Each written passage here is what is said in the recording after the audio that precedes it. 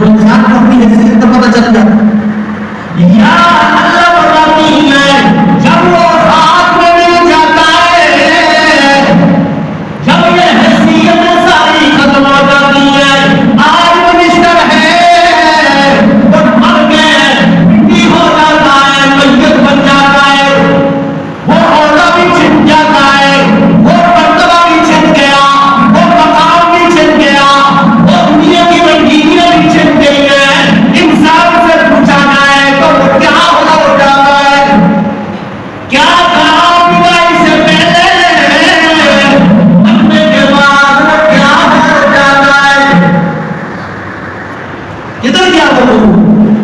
کدھر گیا وہ مکمل؟ اس لیے بتایا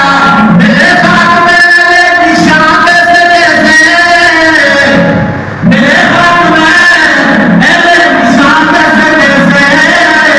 زمین آگے آسمان جیسے جیسے، جگانے لگانے کی دنیا نہیں ہے، عبرت کی جائے تماشا نہیں ہے۔ آج وہ ہے تدبر ہے، ادھر سانس رکا انسان تھا،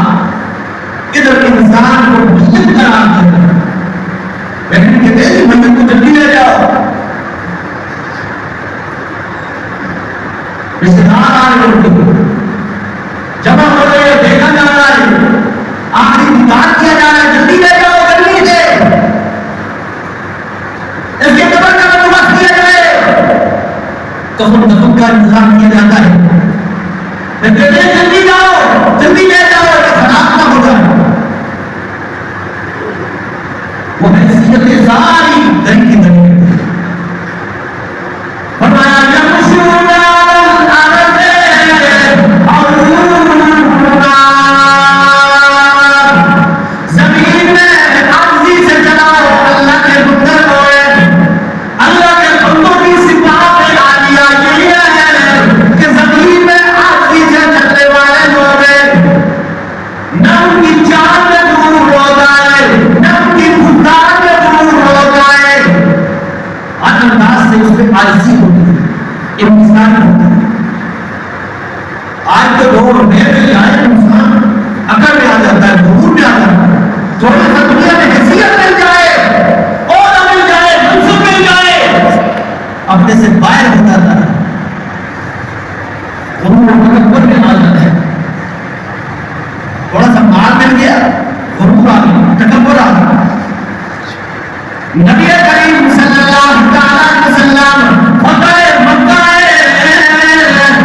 اللہ کے نبی صلی اللہ علیہ وسلم گھوڑے پہ سوار ہے اور سر جھکا ہوا ہے، عاجزی سے انکساری سے سجدہ کرتے ہوئے مکہ کے اندر داخل ہوئے، یہ عاجزی تھی۔ اور مکہ کے اندر اللہ کے نبی صلی اللہ علیہ وسلم کے وہ جانی دشمن موجود تھے جنہوں نے بڑا ستایا، بڑا ڈھیر سا نبی کریم صلی اللہ علیہ وسلم کو تنگ کیا، صحابہ کرام کو گھسیٹا، ظلم و ستم کا شکار کیا۔ اللہ کے نبی صلی اللہ علیہ وسلم کرتے تو سب کو معاف